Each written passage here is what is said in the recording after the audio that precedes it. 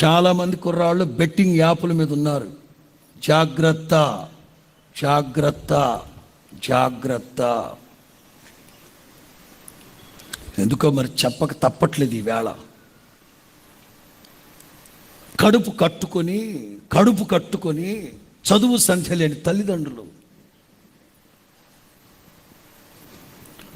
కడుపు కట్టుకొని పచ్చడి కూడి తిని 40 లక్షలు దాచిపెట్టుకున్నారు.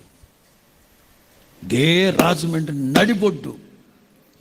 రాజమండ్రి నడిబొడ్డు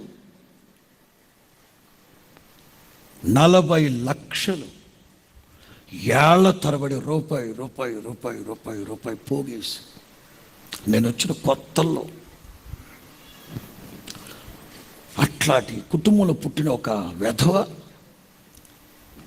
క్రికెట్ బెట్టింగ్ యాప్లకు అలవాటు పడి తీసుకెళ్ళి జైల్లో ఇస్తే దశాబ్దాల పాటు దాచిన 40 లక్షలు తీసుకెళ్ళి కట్టేస్తారు అక్కడ.